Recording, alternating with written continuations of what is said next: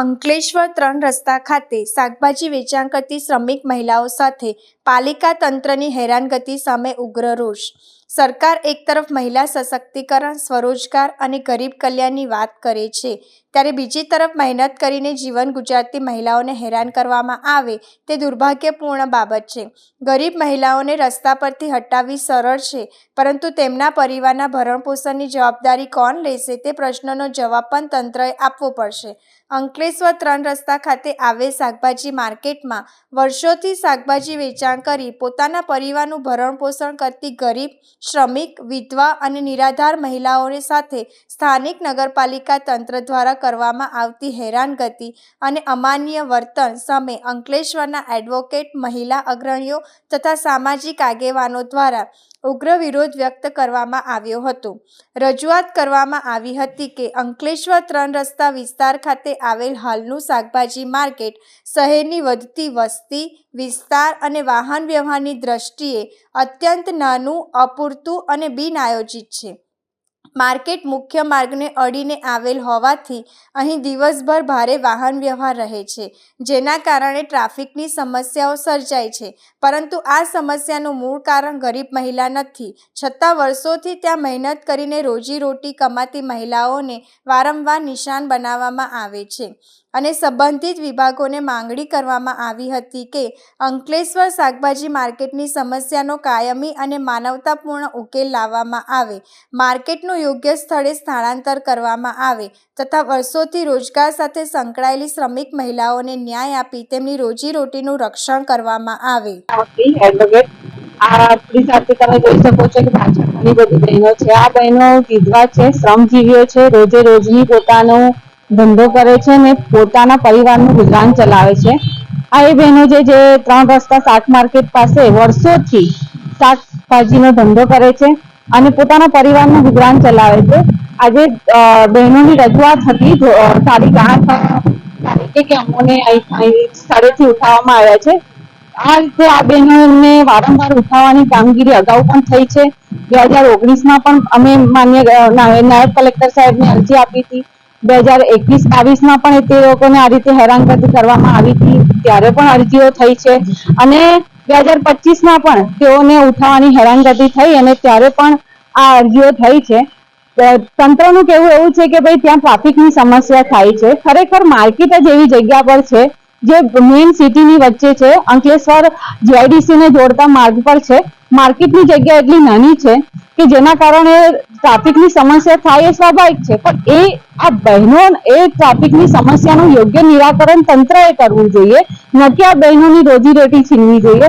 આ એવી નિરાધાર બહેનો છે, એવી શ્રમજીવી બહેનો છે જેના ચૂલા રાત્રે તેઓની રોજની રોજગારીના આધારે ચાલતા હોય છે.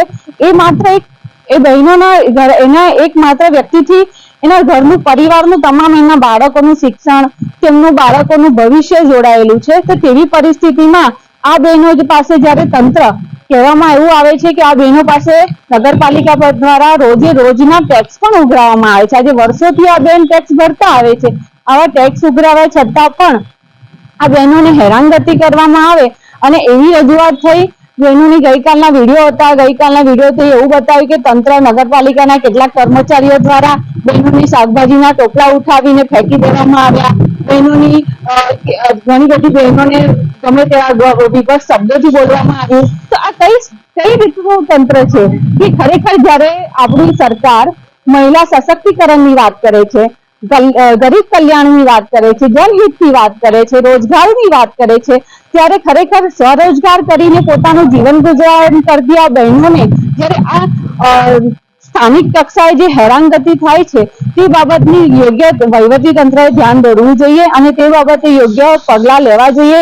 ટ્રાફિકની સમસ્યા ખરેખર જો જતી હોય તો જે જગ્યા પર શાક માર્કેટ છે એ જગ્યા પરથી શાક માર્કેટ હટાવી યોગ્ય જગ્યા પર જ્યાંથી કોઈને નડતરરૂપ ન થાય તેવી જગ્યા યોગ્ય ફાળવવામાં આવી જોઈએ અને તેવી જગ્યા પર શાક માર્કેટ લઈ જવું જોઈએ, ન કે આ બહેનોને આ ગરીબ શ્રમજીવી બહેનોના રોજીરોટી પર લાત મારવી જોઈએ. તો મારી વહીવટી તંત્રને આજે અહીંયા નાયબ કલેક્ટર સાહેબને અમે એક આવેદન પત્ર આપ્યું છે અને રજૂઆત કરી છે કે ભાઈ આ જે સમસ્યા છે જેની યોગ્ય નિરાકરણ લાવવામાં આવે અને કાયમી ધોરણે જે વારંવાર અગાઉ પણ મેં કહ્યું તેમ 2019માં, 21માં, 22માં અને 25માં જે રીતે વારંવાર બહેનોને અઠવાડિયા સુધી ન બેસવા દેવી, વારંવાર તેમને હેરાનગતિ કરવી, તેમનો સામાન ફેંકી દેવો, અને એ જેટલી જે નડતરરૂપ હેરાનગતિ થાય છે એનું યોગ્ય નિરાકરણ લાવી ને યોગ્ય આ પ્રશ્નનો ઉકેલ કરવામાં આવે તેવી વહીવટી તંત્રને મારી વિનંતી છે.